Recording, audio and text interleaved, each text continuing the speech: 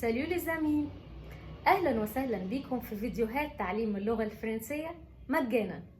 انا هبة. درسنا النهاردة بيتكلم عن الثلاث افعال الاساسية اللي ذكرناهم في الفيديو السابق اللي كنا بنجاوب فيه عن اسئلة ازاي تتعرف على صديقك الفرنسي.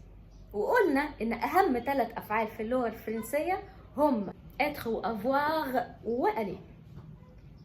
verbe être هو يكون، و verbe avoir معناه يملك، أو verbe aller معناه يذهب. الأفعال دي الحقيقة من أهم ثلاث أفعال في اللغة الفرنسية. هنبدأ بverbe être، هنقوله مع بعض ونحاول نحفظه.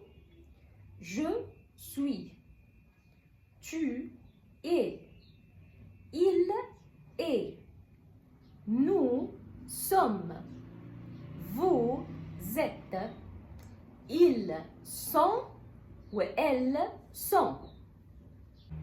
تاني فعل عندنا النهاردة هيكون verbe avoir بمعنى يمتلك، to have. هنقوله مع بعض ويا ريت نكرره.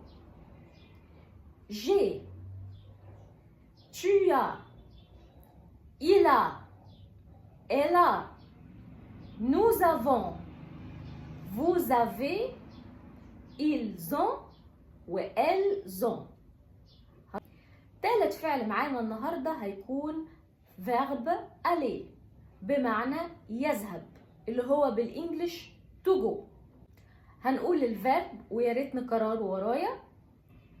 je vais، tu vas، il va، elle va، nous allons، vous allez، ils vont و elles vont.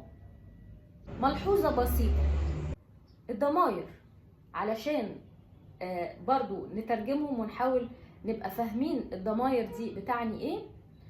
كلمة je باللغة الفرنسية معناها أنا، I. tu معناها أنت، tu. il معناها هو،